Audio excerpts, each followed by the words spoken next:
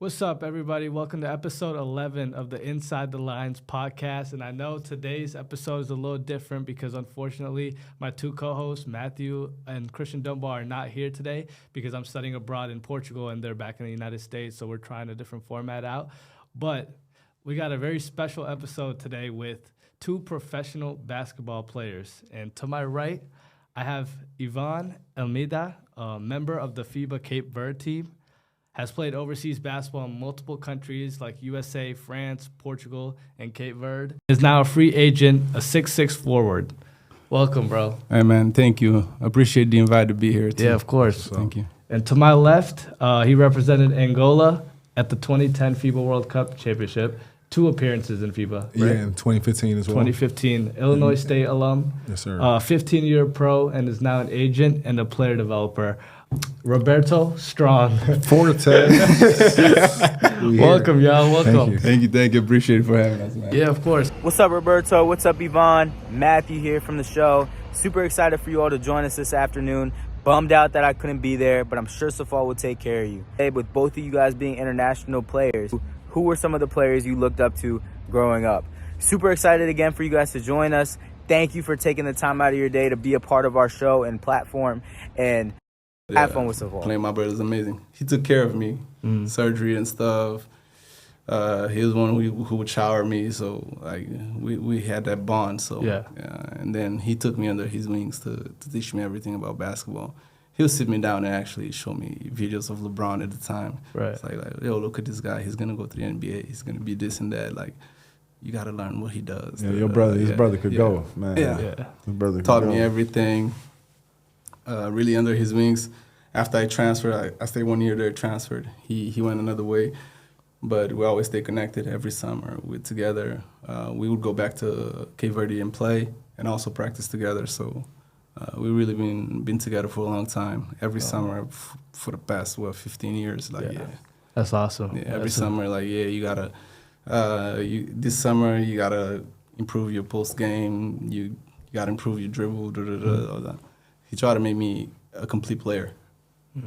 That's awesome. Did you have anybody like that would kind of mentor you in basketball that you still would like thank all the time? To be honest, the way I started playing ball is I literally just went to a park. Yeah. And there's this guy named Cecil Baker. You know, Mr. Cecil, we call him. Yeah. And but I didn't know that at the time. We were just shooting hoops, and he just saw 2 kids. I was with a friend of mine, and he shot. You know, he came out there and showed me how to shoot the backboard shot.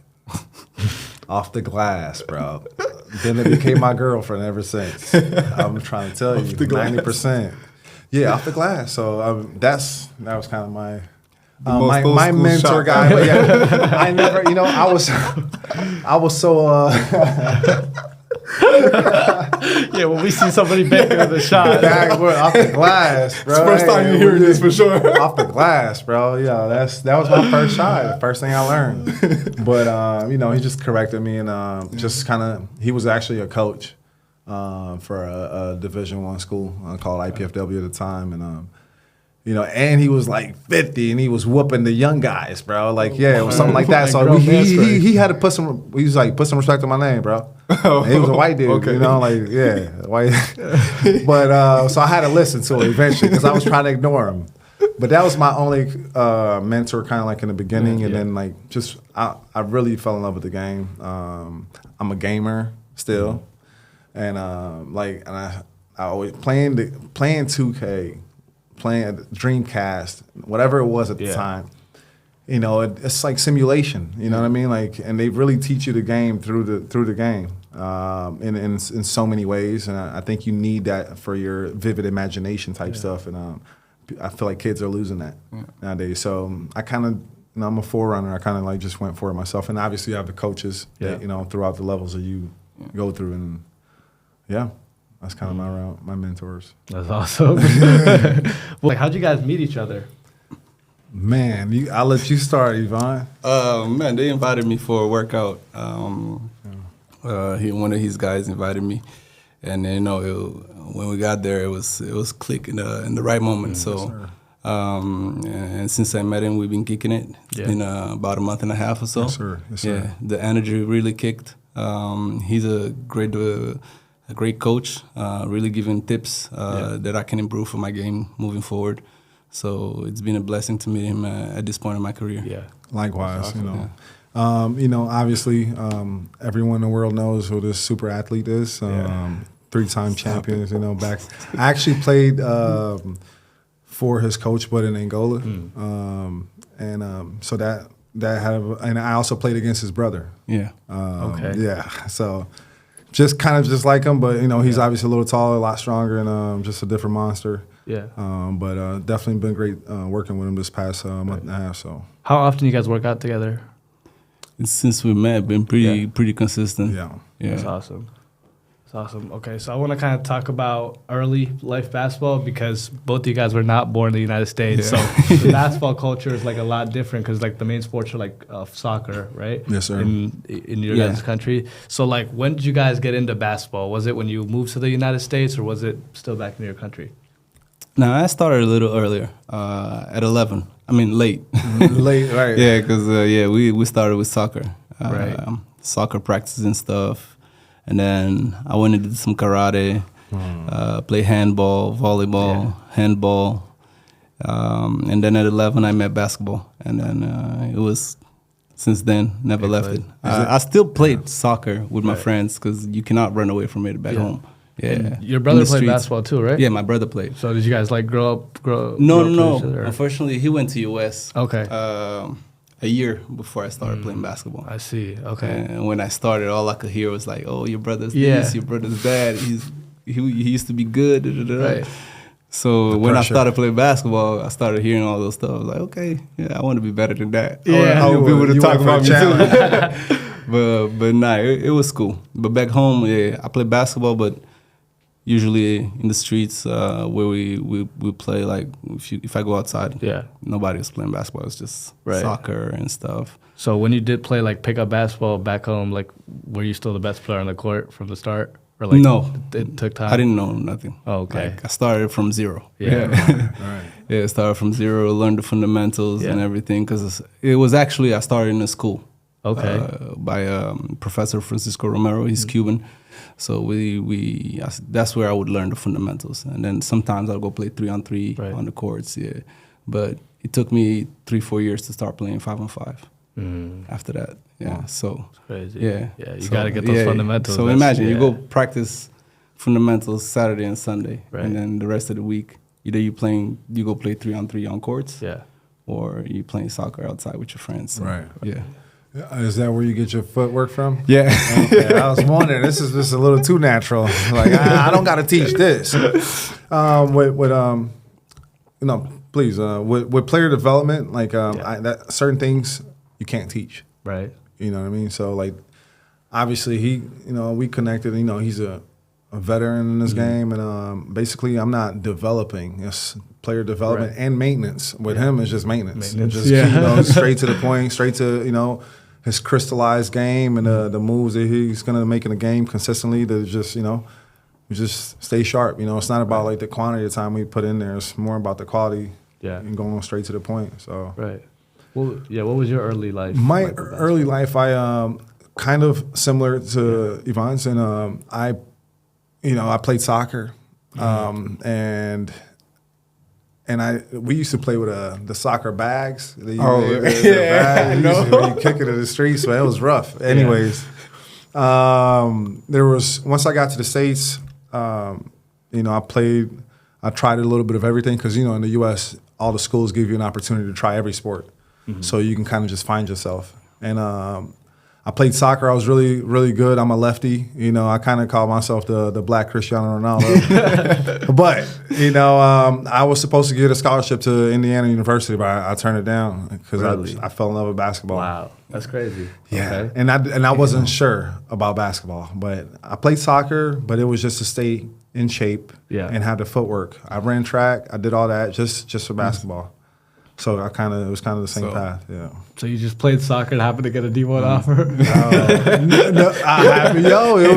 I scored a lot off of corner kicks because I'm 6'4", I'm getting the headers, and I'm straight to the point with it. I don't try to be Ronaldo, not the Cristiano, but Gaucho.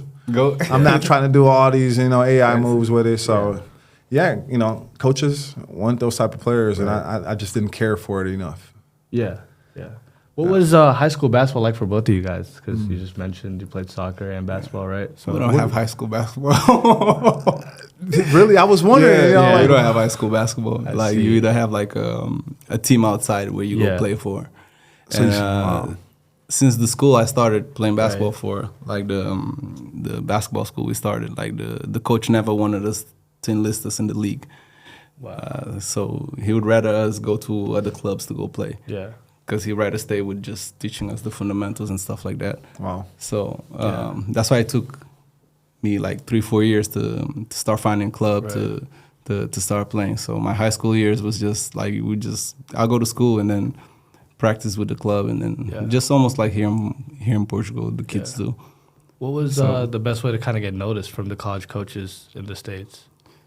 Well, you have to go there. Yeah, that's the only way. So it wasn't until summer when I went there for AAU that they started noticing, and it's unfortunate because I got there late. I went in the summer, played AAU, and then everybody was like, we want to offer him a scholarship and stuff. But you played one year AAU? Yeah.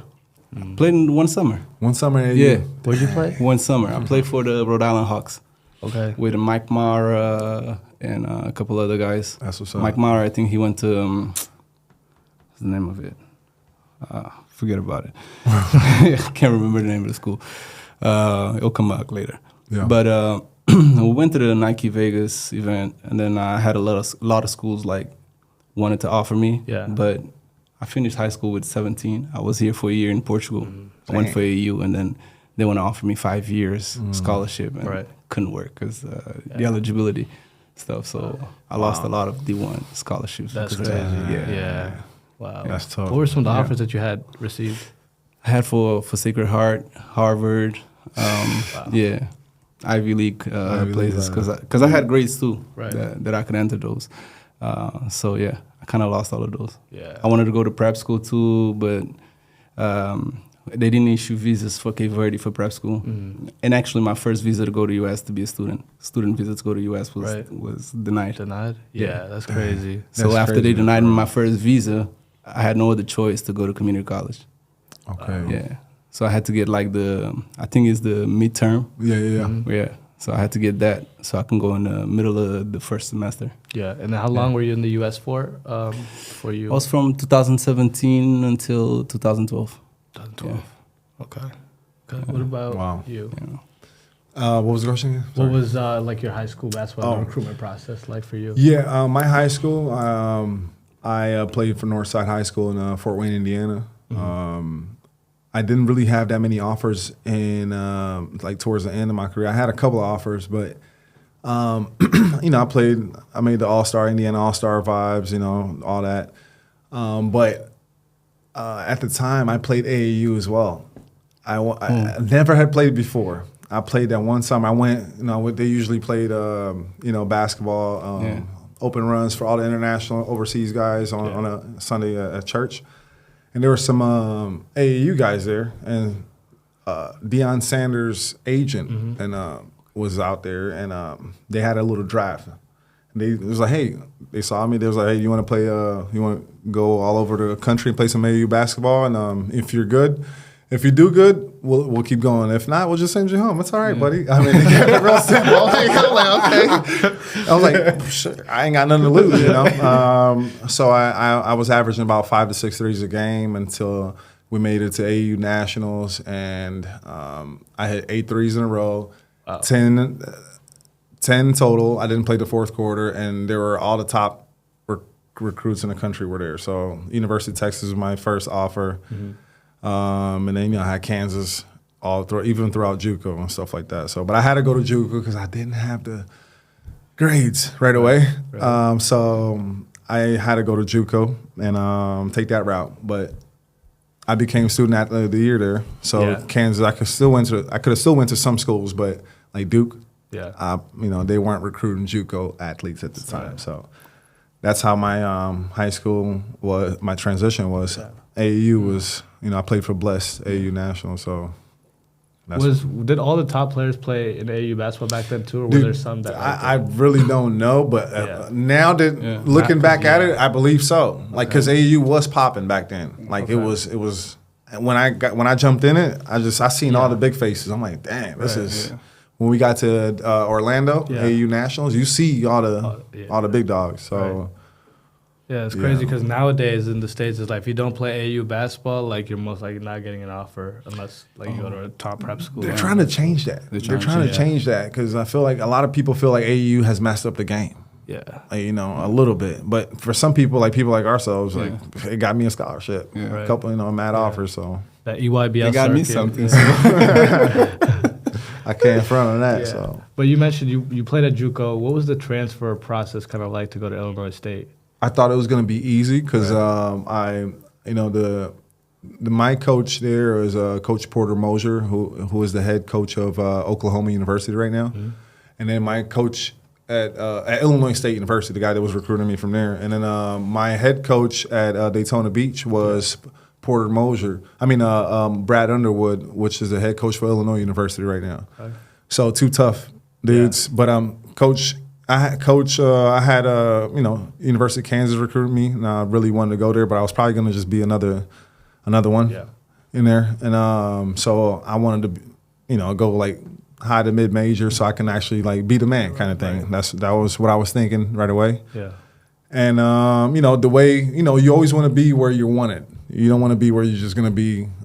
Just extra. So he took his private jet. I didn't even put my bags down once after the recruitment trip, and I went straight to the office, and I'm like, man, this guy did all that for me. I'm signing here. Right. So that was that with that. So how was your time there overall? Did you enjoy it? The Illinois State or Daytona? Illinois State University was awesome, too awesome. Yeah. And I'm not gonna put the details. It was great. It was amazing. But I wish I knew what I know now back then. Just so I can, add a little more, maximize my college career. Right. So yeah, that makes sense. Yeah. After you finished playing at college, did you go play overseas right away, or did it? Yeah, I went right away. I came here. I played for a year and a half here in Portugal, and then I moved straight to France. Okay. Dang. So you've just been moving like a lot of different places. So what's that kind of like with overseas basketball and just like you never have like a set home, right? Like you're constantly always moving different clubs. Is that like obviously it's like a good experience because you get to travel the world, but like at some point it's like if you find a team that you really like, but now you have to look for that new contract. Like, do you ever feel like you just want to stay with that team? Like, has there been a moment like that? I feel like most of the time you can't get too attached. Because otherwise it can mess up your career and also your income too. So sometimes you gotta be a little detached of that. Oh, I love this city. I want to be here, but does this offer what you need so you can keep growing as a player? Right. And I want to every time I want more. It's because of those conditions. I always was looking to go to other places. I moved from France. I went to Poland. From Poland, I went to Czech Republic. Playing team that was playing Champions League. So here in Europe it's not a bit like U.S. where you go to one college and then you can settle for 4 years. So unless you go to play for Real Madrid straight away, then you don't want to leave because you're the top of the top. Do they do like 4-year contracts out here? Like yeah, they do. Like okay, like my guy Eddie Tavares, the big guy in Real Madrid, he just signed for 5 years. Okay, bet that's what's up. Okay, that's what's up. So those are like guaranteed contracts, right? Guaranteed. It seems like Real Madrid. They have like 50 million budget, so 50, 80 million budget. So unless you start at those teams there, you might, like in Europe, you're probably going to be moving around a little bit. Even in EuroLeague, like if you're starting to meet teams from EuroLeague, most likely you're gonna be moving because you want to find that team that has where you fit the best and have the best conditions for yourself. So you got to be a little detached from loving places you be. I say everything you just said. I just say you got to be a mercenary. You can't do it for the jersey, right? You just gotta, you gotta do it. You gotta do it for the purpose of just like, what's your why? You know what I mean? Just stay focused to everything that you do it for, And it's like, you know, you got a goal, but like, okay, write down your goals and da-da-da-da, you know what I'm saying? Like, you're trying to manifest, but detach yourself from the end result and just focus on the journey. So, like, when you really lock in and just stay in that flow state, no matter what happens, they let you go, whatever. If you just stay in that gym, you stay doing what you're supposed to be doing, like, everything is going to align how it needs to. So, I definitely agree with that. Yeah. What's the language barrier like in like the different countries you go to with their teammates? Is there a language barrier? Yeah, Poland was difficult. Polish? Ain't no way I'm speaking Polish. I learned a couple words, but yeah, most of the time we speak in English with them. Okay, so all the players speak English. Yeah, all of them speak English. There's no way you're learning Polish in 6 months or 8 months. Yeah, you need at least 3 to 5 years to learn Polish. Yeah, that's crazy. Yeah. Israel, I'm not learning. Yeah, that's definitely. It's a beautiful sound. Beautiful. Yeah. What else? Czech Republic. No way. I don't know where you speak in Czech. What else?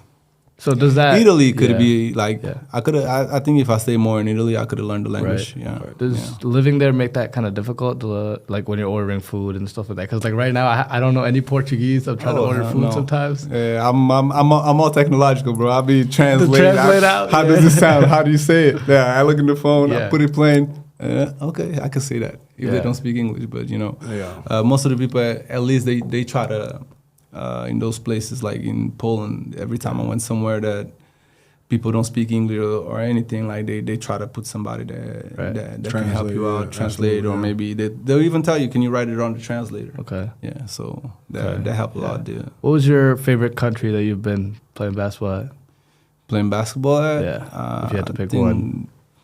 Probably pick Italy. Italy is nice. That's nice. Yeah, it's nice. Is there a specific reason or just the country itself?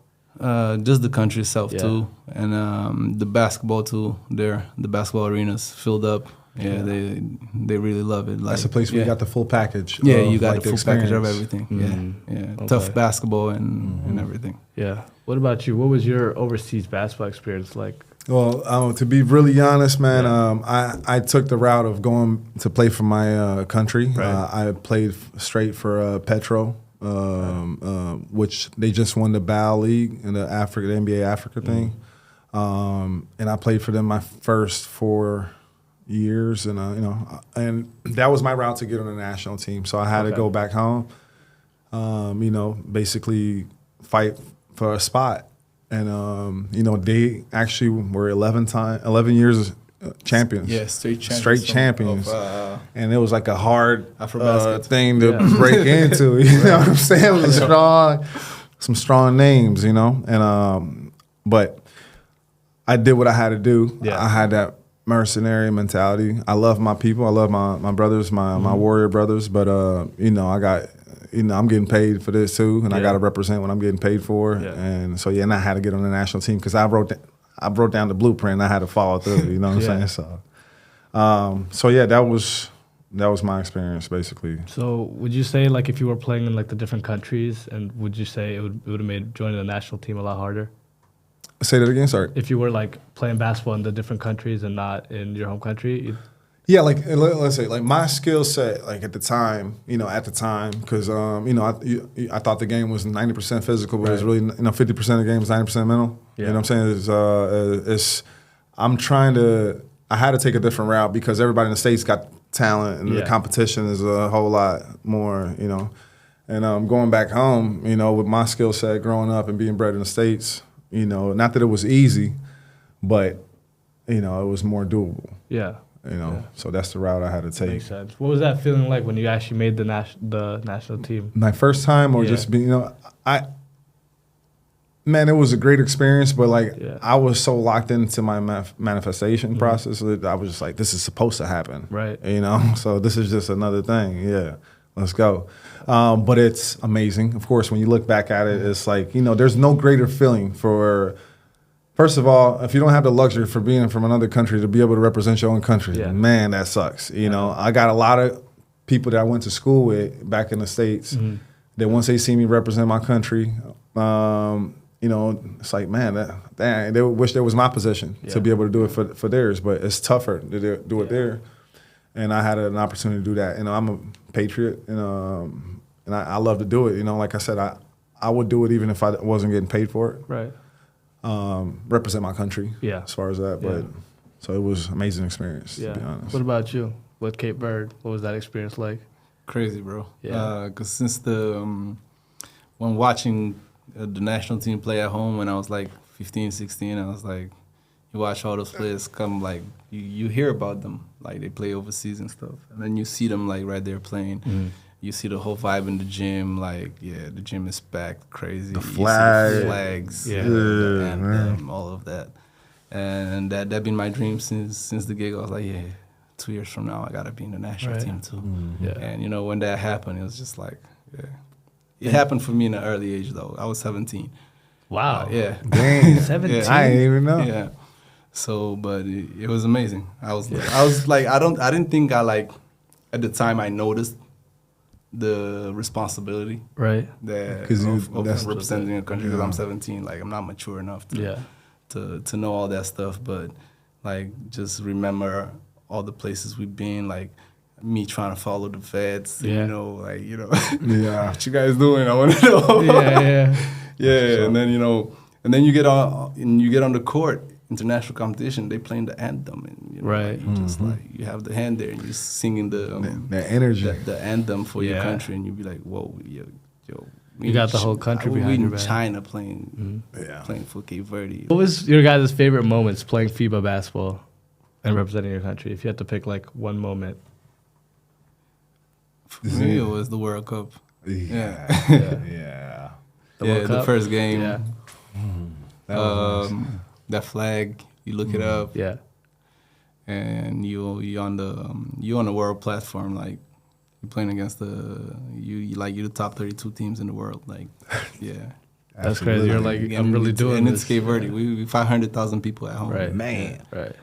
So like everybody's that, watching. Yeah, everybody's watching. 0 to 100 real quick. Yeah, everybody from home like is sending you messages because like we Cape Verdeans, we're very connected. So Yeah. it's not like you don't know people. Like Yeah. most of the people at home, like, you know them, and they're sending you a message, yo, good luck, thank you for representing us. Yeah, and then you're like, yo, like, damn, like. You want to repeat people, that. Yeah, you want to repeat that. Like, people like sending me, we're proud of you guys, what you guys done, putting Cape Verde name up there. Yeah.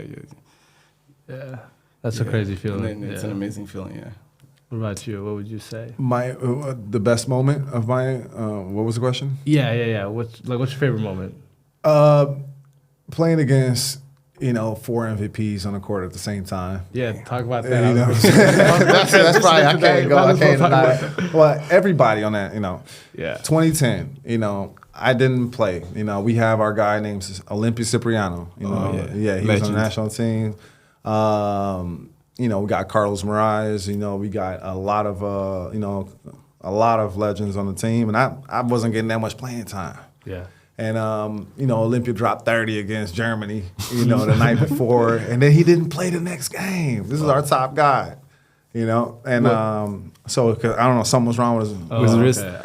I wasn't saying yes, but I was like, Trying to get on the court. I was like, man, hey, coach, you ain't got no option. Man. You got to put me in, Put me in, coach. So that save, the next day, he really was. The head coach for the national team at that time was Luis Magalhães, who is the coach now. Is he back? He coached us too in 2015. Did he? Did he? Oh, he coached. So he coached his basketball. national team. He coached our national team, and he's like the sporting guy here. If you ever do any, if you know any of the teams here, but he had not had to start the old guys. It was like kind of like their last run. Like LeBron. Yeah. These guys are kind of like their last chance to do it. The vet thing in the Africa is it's heavy. Heavy. Yeah, that's the word. Hey, yo.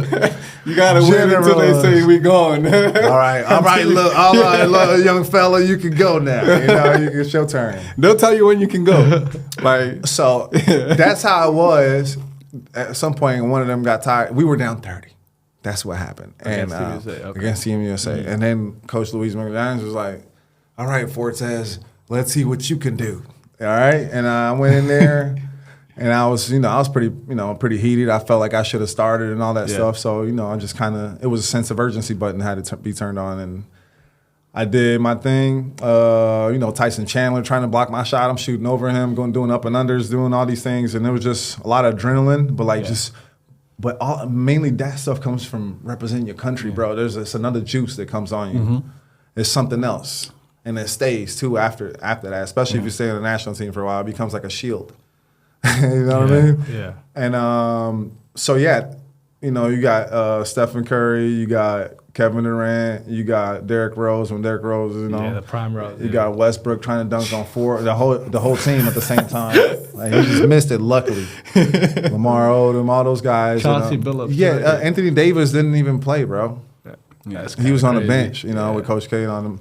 So that was my best experience, being on the floor with all those guys and all that aura, and getting interviewed by CNN by Becky Anderson after that, because they thought I was about to get drafted and there wasn't enough push for it. But that was it. That's it, man. That was my. Yeah.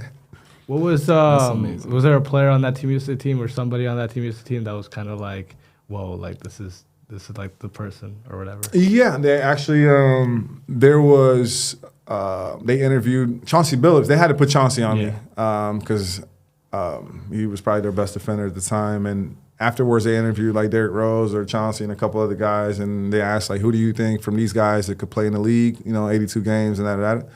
They mentioned my name, and Mariah, Olympia, and then somebody else. I forgot who it was, but yeah. So they show love and respect, because it's whenever you go hard like that, they don't, They know who's like who can hoop, like who can absolutely, game recognized game, like they say, So that's what it was. So I respect and I love those guys. I'm a fan as well. I watch what they do. I still learn. I'm a student of the game. So, what about Coach K and seeing him like coach that team? Man, what about him?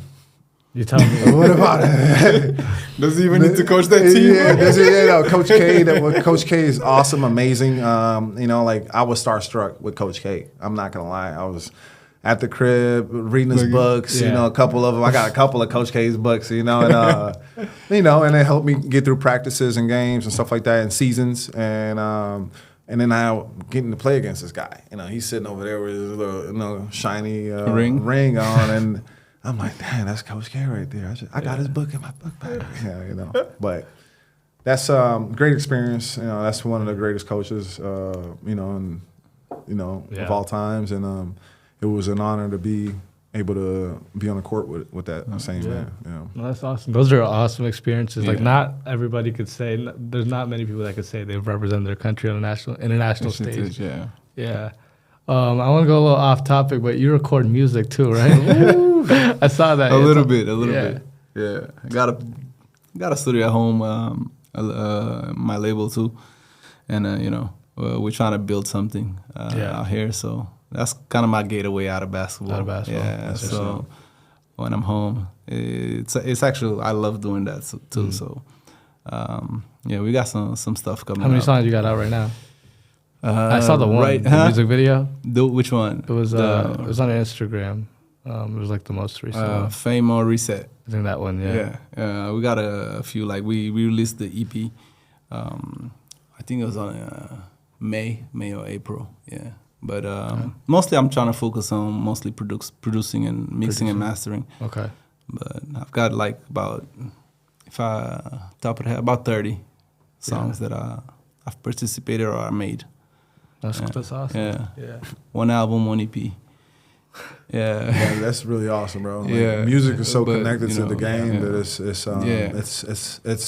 it's amazing that you're putting that as your off the court stuff. Yeah. Right. It's still on the court. Yes. You know what I mean? Yeah. But man, that's awesome. I mean, you travel to a lot of countries and you listen to a lot of stuff, and all that stuff helps you when you making music. All this culture you consume from other countries too. Like, they help you a lot. So, what are some of your? For me, music is an outlet to let all those stuff that I consumed out. That's music is like music special. Yeah, special, and especially now, like too, I meet people from Cape Verde. From Nigeria that do Afro beats and stuff like that, and we go to the studio with them, and the way they play, it's different. It's different, like when you know about it and the groove and stuff like that, and it's amazing. Like there's nice. like it's a different adrenaline in the studio when you're with like musicians that play live, like they can really play guitars or bass, and then you just in there like listen to what they're recording, and you'd be like, yo, it hits you like it's not like you in the studio. I'm like they're programming or just playing the MPC. Like this people playing melodies and stuff like live on the guitar. Yeah, it's an art. Like Music's an art. Yeah.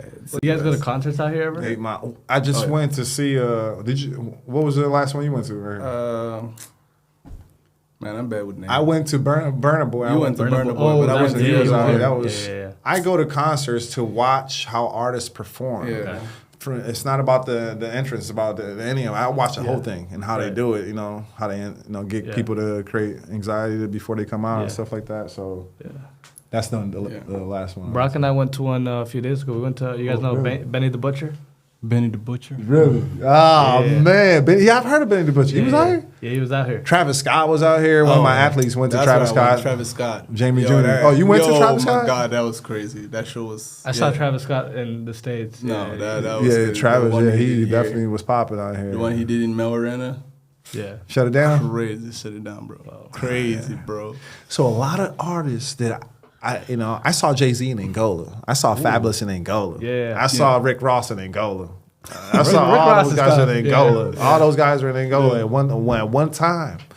So I was surprised to see a couple of guys here. I usually don't do concerts like that, but recently we're going to Earl Sweatshirt on Friday.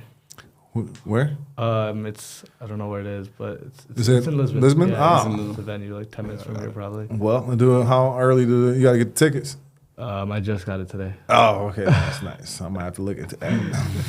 Yeah, I feel like we were talking about this, but like artists like to come to Europe because like they show love.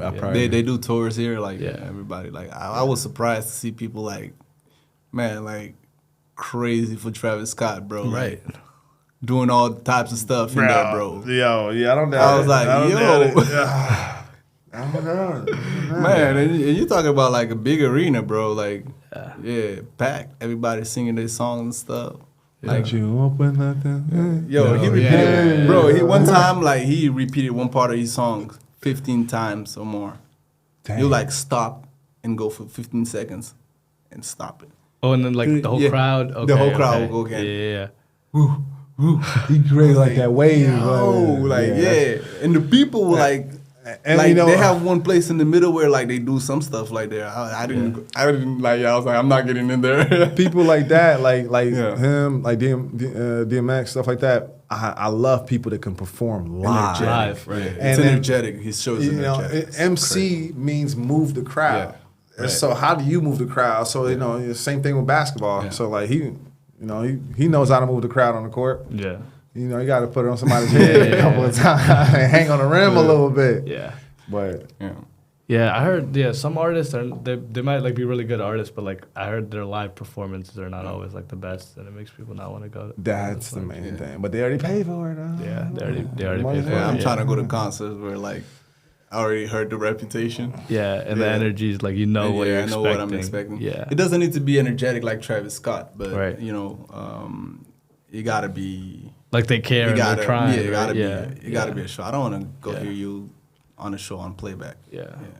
So I've been here for 2 weeks or so. You guys got any food racks and stuff like that? Oh man, por favor, number one some spot. cachupa, bro. Come on, get man. some cachupa. Have you ever heard of cachupa? No. Yeah, you gotta go get some cachupa. Come on. Man. Oh, we might go right after this. No. This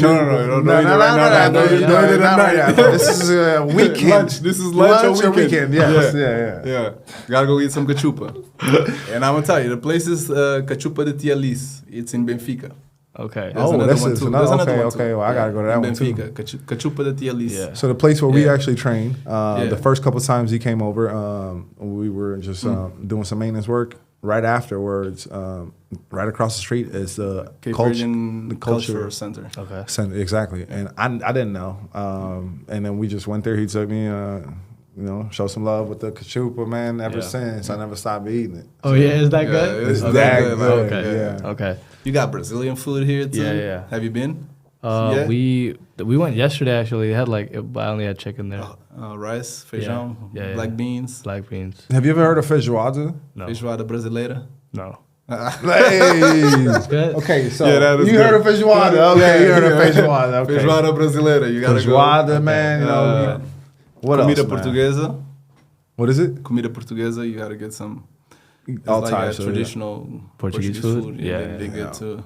Listen now. I feel that's harder to find here for some reason. The traditional Portuguese food. At least the spots I've been to. Don't go where all the tourists go. Yeah, don't. Absolutely not.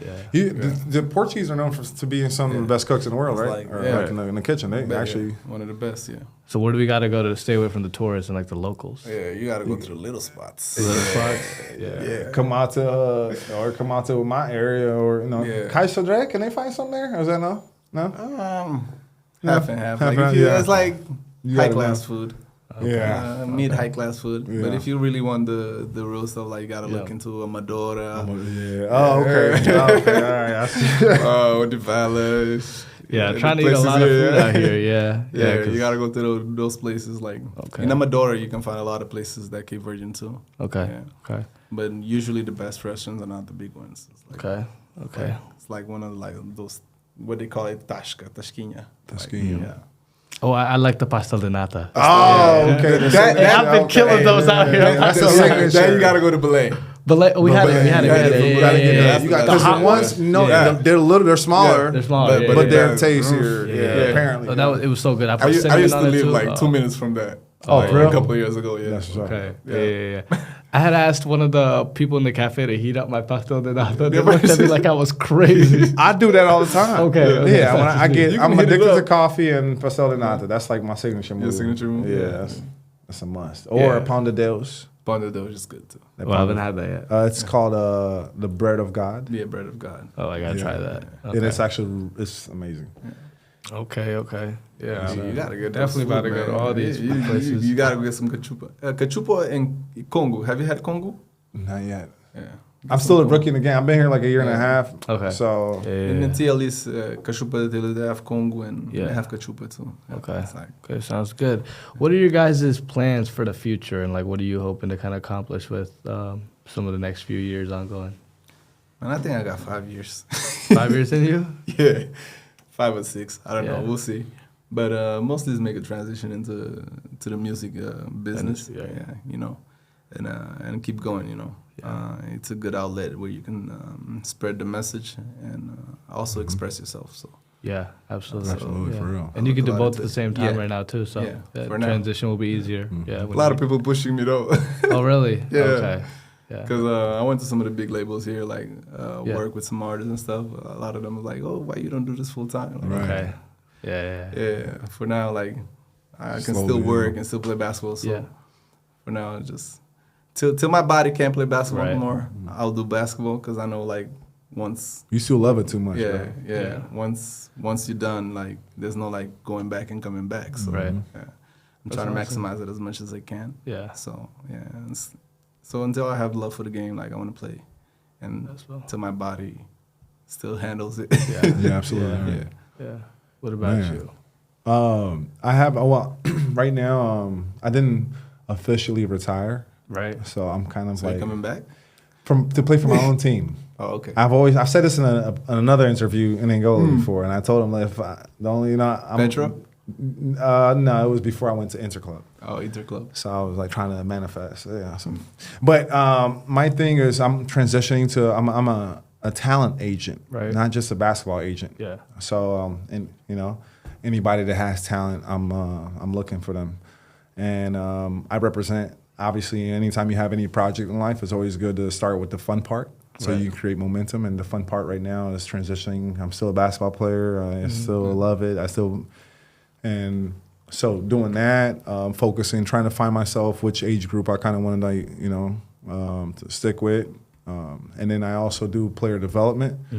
I have a brand called Águia Africana, Right. which international, basically is going to transition into international Eagles.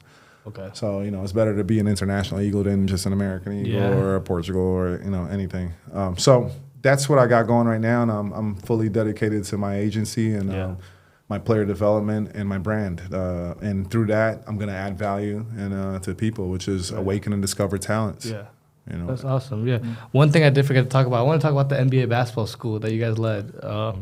He led it. that's But him. you I gotta were, talk you were to there him. too, right? I went there just Yeah, to talk a little bit, but It's it was actually well, I'll let you ask the question. What do you want to know about just it? talk a little. I want to know everything about it. I don't know anything about it. Like, I'll be straight to it. Yeah. I have a teammate that I played against. Is actually sometimes he assists me with my player development. Mm-hmm. He has his own thing going on with coaching.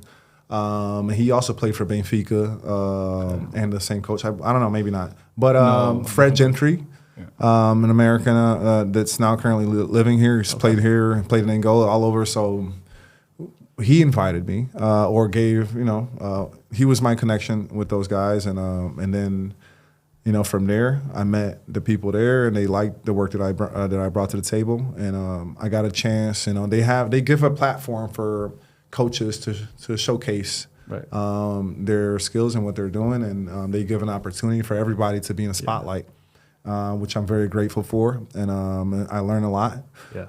Even with the kids, how to handle a massive amount of people, and just how to give orders, and just all age groups. You got to talk to them different, and man, it was a beautiful, and it has been an amazing experience. And they recently opened up a Pro Pack, and which is a player development within that the NBA basketball school, and we were connected already in training. And I'm like, bro, let's just do the development. I didn't want to miss a day, and because we were on a certain routine, and I'm like, no, just come over, and I'm gonna talk to the guys, and all the guys with the NBA staff, they know who this superstar is, and he is a superstar. He's a very humble one, though. That's why I appreciate him. But he came over. They surprised the kids, talked with everybody, and then just like 2 days in a row, we got it done. And I actually had a couple of chances to lead the day or something like that. And it was awesome. Is it the NBA that runs it? Like, is it the NBA itself, or is it a specific group? So you have NBA, you have NBA Africa, you have NBA Basketball Academy, and then you have NBA Basketball School. Right. I'm not too sure of the details, but it's a branch of the NBA. It's a branch of the NBA, but there's like NBA athletes. It's more for coaching, like coaches' experience and kind of thing, more than the athlete coming over here and the actual NBA athlete. They go more towards the academy and the other stuff. So, but it's still affiliated, absolutely, yeah. Okay, that's awesome. How do you guys see basketball kind of expanding and growing just in the next 5 to 10 years? Like, what rate do you guys see that right now? It's tightening, bro. The gap is tightening. I think even now you see in international competition, you see how you see more players that can do everything. I think I think the media has a lot to do with it, like people having access to information of how things are done in U.S. and how you practice, and that is great because we know U.S. Leads all the way in the basketball, but just people having access to that, like having NBA schools here, NBA Academy, and people trying to come teach players out here the game helps a lot, and I think when there's a more balanced across the whole world, and it's gonna be fun to watch. I think in the future we can see like a NBA, Europe, Africa, Asia, all linked together, where you can have teams that can next week we're playing in Africa, like next week in Asia or in Europe and stuff like that. I think that's where I see basketball going. I feel to international where teams play international too, like that. I agree. Because the gap is really closing, and you can see now. I'm thinking Victor Wembanyama. They had he's guys. French, but he's African. Let's keep it real. 7'6" can do everything. It's crazy. But. I think that gap is closing. I think it's going to be more uniform, but it will still take a couple more years, I think, for that to finish developing. But it's a great thing to see because it's going to be beautiful, I think. Yeah, I think so too. Just to add to what he's saying, we have a lot of infrastructure. Did you just mean Europe, Portugal? What, No, I mean Portugal just in general like, for basketball period. yeah. Well, my angle from everybody else outside of the States kind of thing, it's about more like, it's about investing in the neck up game. All right. And a lot of people, and then just being creative on how we're going to share that game, that neck up game. Because, I like to read and there's not that many there's no basketball books in the libraries. So we have the infrastructure culture, but we don't have that neck up culture, right? Which is the science behind the fun. Yeah. And I don't think there's enough investment here and in a lot of places. And I feel like the only thing missing in these countries and these, it's that part. Yeah. And so just more of an investment in they don't invest like that. Nutrition and recovery and all these things. I mean, what he's talking to, like we saw South Sudan, right? Right. Yeah. Absolutely. And they were funded by Luol Deng too. Yeah, they were. They were funded by Luol Deng. He took his money and really went there and tried to Imagine if in Africa, like, most of the countries had, like, that type of... Right. I'm not saying just money to have infrastructures, but people that know how to run it. And find talent, too. That's, like, a big thing. Yeah. Man, imagine, like, what basketball in Africa could be. Right. It would be crazy. Yeah, right now we got NBA ball, but, like, it's just a mere league for now. Exactly. It's not invested yet. Like, I could speak about my country, like, until probably 7 years ago, the president of the federation, like, probably had no clue about basketball. Wow. Like, That's crazy. And it's like that in most countries. Right. Most of them are president of federation because of political gains or stuff like that. And most countries in Africa are still like that. Well, they don't really care about the basketball aspect of it as much. What you really need in Africa is, like, people who know the game, have love for it, Have and love it's not going for to cheat the game. Cheat the game. Like trying to put money in their pockets or trying to, like, people who want to do good for the game. Yeah. Put money in your pocket later. Like, come and help us, like, get up grow, there. Right. We had a change in the Federation of Cape Verde. The president is a former player who went to Bryan University in the U.S. Like that. That's how it should be. 5 years. That's how it should be. It should be a pro. It should be a pro. In 5 years, Yeah. win the World Cup, first time ever. Yeah. For Cape Verde. First time ever. 500,000 people. Yeah. Bro, they shouldn't like, even be allowed to be there if you're not even a pro, Yeah. And I'll even tell you, and we probably have like 20% of what we could be. Because even with that coach, like, there's not much stuff you can unlock or have the economical power. Or we don't even have an arena in Cape Verde. Yeah. Yeah. Even just basketball. We have a courts, gym like, that can take about 2,000 to 3,000 people. A multi-use? Yeah. Multi-use? That hasn't been changed the floor in about 8 years. Oh, man, bro. And we couldn't even practice there because the floor is bad. Now just imagine that. Yeah. We're in the World Cup. Dang. Imagine if there was, like, adequate resources provided to the players and, like, they had a nutrition Not even to the staff. players, adequate resources so we could be there, practice. Right, so you yeah. could develop players, like have coaches like him that can actually stay in Cape Verde and actually teach players the way to play the game. Absolutely. You know, like Luol Deng does. He goes and, like, he watches, supervises. He has camps run, like stuff like that. Yeah. Just giving back Stuff we to the miss. game. Yeah. Like basketball courts here, there. Like if you want to develop the sport, you got to have those stuff. Yeah. Yeah, Like I know. that one dude, for example, he's a freshman at Duke right now, Kaman Malouch. Yeah. He's like 7'3", big fella. from South Sudan. From South Sudan. Yeah. I've seen him, yeah. He is raw talent. Like When you have yeah. talent like that at home, you can send them to colleges like that. Yeah. What is it going to do? Raw You're going to have talent. better quality players in the national team. You look at our national team, about 4 players are professionals Right. that play in the World Cup. Think that. Are the whole 4 roster. professional players Yeah. of high level. It was me, Eddie Tavares, who played in Real Madrid, Betinho Gomes, who else? And Kevin Gomes, who was playing in Porto, but he didn't play a lot in Porto. So from those 4, only 3 that, like, consistently played. That's Right. crazy, And bro. Betinho is 39 years old. Yeah. That's crazy. Yeah. Imagine 4 players and win the Your the starting World 5 Cup. is not even. Yeah. And then all the other players, they play overseas. They play in Spain. They play in lower divisions. Yeah. But imagine if those players are playing in high division, like The A1 in every country you can put them. Yeah. You have 12 players that play professional high level. It would change everything. Yeah. Yeah. Wow. Yeah. That's crazy. Yeah. Yeah.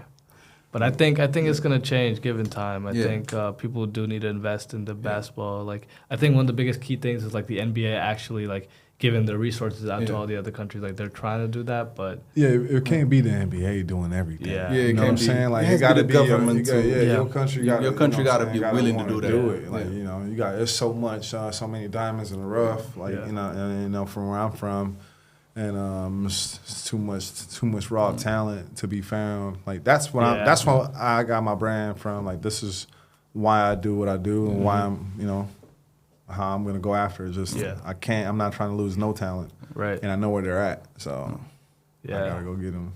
And the best person to do that is an ex-player because like you've seen it. Like that's how it should be. Yeah. Yeah. I feel like you got so much responsibility with the game of basketball, bro. Like, I don't know if you're gonna fully be able to let go of it though. Like, We'll see. like that. I mean, I don't know. It's up to you though. Obviously. I mean, my brother also like he's doing his part. Absolutely with the league. My brother is very into it. He's trying to create a professional league in Cape Verde.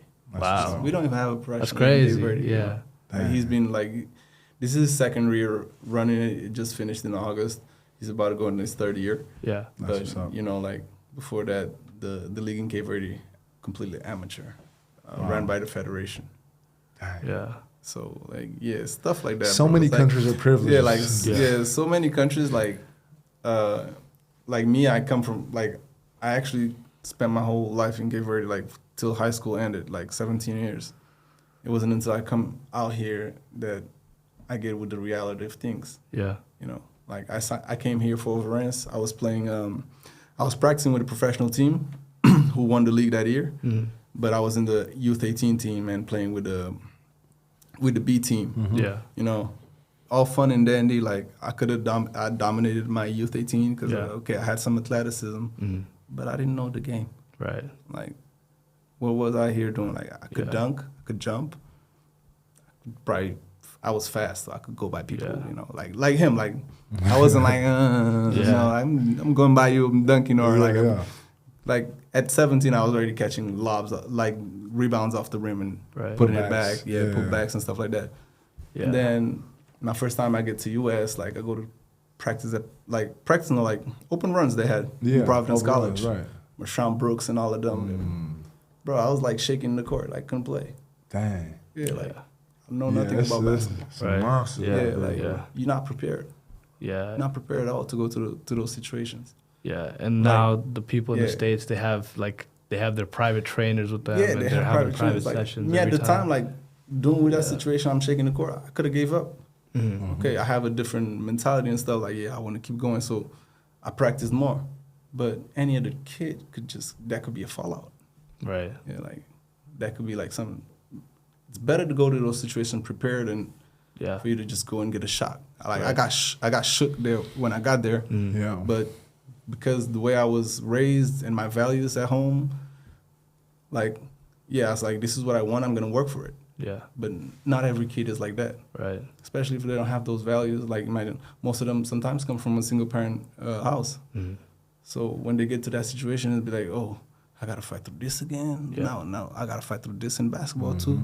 Like there's a fight at home for me to survive. Now I gotta go fight this in basketball. Sometimes they just give up, because they're not prepared for that.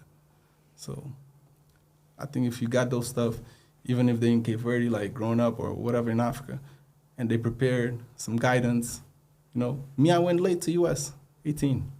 Yeah. I could have went to US when I was 16. Right. Prep school and stuff. Maybe you go better college. Maybe I get an opportunity to go to the NBA. Yeah, it'd be different. It'd be different, Absolutely. Yeah. A kid that comes from the hood, if he does that from home, even if he doesn't go to the NBA, he comes professional here in Europe. He's taking his family from poverty. Yeah, absolutely. Exactly. Yeah. So you don't know how many lives of kids are changing. Right. And that is not the responsibility of NBA. I Yeah. think that's responsibility Countries. of the country, Yeah. especially in countries like that. You gotta invest in human resources, bro. Absolutely. Yeah. Sports and music. Yeah. Yeah. No, not even sports. I and mean, music, for everything, me, bro. yeah, Like, everything, absolutely, yes. man. sometimes you got kids who are smart that can go do technology in other countries and You're come right. develop technology in your country, Yeah. or great doctors, or like great politicians, Yeah. or whatever. Yeah, you know, you never know. Right. Absolutely. Because I was born in Nepal, so yeah. like it's kind of Nice. the same case. Yeah, And so- I went back this Yeah. summer for like the first time in like 9 years. Yes. So like seeing like how it is developing, but Yeah. it's still not Not nowhere developed, near as where it yeah. should be. Yeah. It's Where it crazy. should be, right? Yeah. Yeah, that's why he said for responsibility. For me, like Yeah. where I don't just see basketball. I see a lot of opportunities that are there that we miss sometimes just because guidance, investment. Yeah, but then you say like, yeah, let's go throw a festival. Yeah, everybody down for it. Like, everybody. Yeah. We got money for festivals. We're bringing Yeah. we're bringing big artists. We're bringing Anita and stuff Yeah. to Cape Verde. Yeah, but hey, we need money to like let's open a basketball school. Yeah. Let's open a sports school. Right. It doesn't need to be basketball. Soccer. There's millions in Yeah. soccer. Like, put this kids like playing in Europe, Yeah. Man, you know, Asia or whatever. Like, have them get out of the ghetto. Yeah. Cape This Verde. is when I wish I had all the Yeah. money in the world. You know, I'd do yeah. it myself. You know, whatever's missing, kind of. Hey, call Yeah. Elon Musk, bro. Yeah. You gotta go back to Monson Musa days, you know. Hey, call Elon Musk. Let's open a factory in Cape Verde. He might listen. Yeah. Guess what's up? But you know, it's just in that perspective that it is with me. Like that's how I see the world. I think there's a lot to be done over there, when just like giving people opportunity Yeah. to grow. And I think it's much easier to see it from like your perspective and like my perspective, your perspective coming from like a different country and like being in the States, Yeah. seeing those resources that I Yeah. have in the States. And like when I go to Nepal, I'm like, whoa, like if the resources I had, if people had that back home, Yeah, they would be in Yeah. like crazy places right now. Absolutely. I tell Absolutely. people sometimes I had like he was mentioning in the beginning of the show, like sometimes our soccer ball was made out of socks. Yeah. Like I'd steal my dad 3 socks. Yeah. The other kid like from upstairs would steal Right. his dad 3 socks. The other kid from the other end. Yeah. We'll put it together Yeah, and we make a ball. tape it. Yeah. It's a It's football. Yeah, bouncy and all that. Yeah. Like growing up, sometimes like I go like this is just the culture wise. Like I go outside to play soccer. God forbid I use my shoes that I had. Yeah. Yeah, I get home, I get a beating. Yeah. Yeah. Yeah. Yeah. Yeah, like so Yeah. I take my shoes off and I go play barefoot. I was about to Soccer, say, yeah, if somebody had Stuff cleats, like that, they're yeah. wearing cleats to school and to play Oh soccer. no, we don't have cleats, bro. Yeah. Shoes, like normal shoes. Like Yeah. like we taking the shoes off, we play playing. and then, barefoot, yeah. barefoot, like and then like you have like all the types of wounds on your foot and stuff like that. Even for real. basketball sometimes. We don't have the baskets, so what we do, we draw a square on the wall. You hit the square as a point. But Yeah. Yeah, like And now and people complain I because can't- there's no net. I came to Portugal my first time. People were complaining about cold and stuff. It's like, you're not cold. I'm like, man, I got a gym, heater, everything. heater in the gym, Yeah. and y'all complaining about what? So that's where Yo. our advantages start Yeah. coming in. People Yeah. like when you grow up in like Oh, yeah, yeah. conditions, like, Yeah, like- you never had those or certain conditions, and then Right. you come to a place where these people have always had those conditions, but Yeah. you like you hear they're complaining. You're like, oh, like what? Oh, I got a mental advantage over you, and Yeah. you, and I'm good. You know, I don't want- hey, I got him. Practicing in the main gym in Cape Verde, you're not. If you're not playing with the seniors, or what they call it, like the actual league, the big guys. Like Yeah. I was U18. I never, like I played with the seniors like a couple of times, but you're not practicing in the main gym. You're not practicing in the wood floor. Even the wood floor is not good like that. Yeah. So you're not practicing there. Where are you practicing? Cement Yeah. with some holes. Don't twist your ankle. Yeah. Yeah. Iron baskets That's crazy. that they take out. As soon as we're done practicing, they take out the hoop. Yeah, you just stay with the backboard there. Yeah. Yeah. Tough hoops. And then people are here complaining. They like I would hear people complaining about it's cold today in the gym. I don't know. You got a gym. Bro, you got gym and you got basketballs. Yeah. got hot water.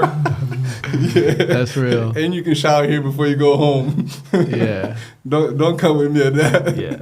I would listen to those stuff and like it would never kick in for me. Yeah. Yeah. It never kicked in for me. So yeah. That's real. But yeah, no, this was awesome. I really appreciate you guys coming out. Man, we This appreciate is you dope. too, man. Yeah. Thank you guys. You're amazing, Thank man. you, Thank brother. you for having us. Of man. course. We appreciate it. Yeah, this is dope. Yes, sir, Thank you brother. guys.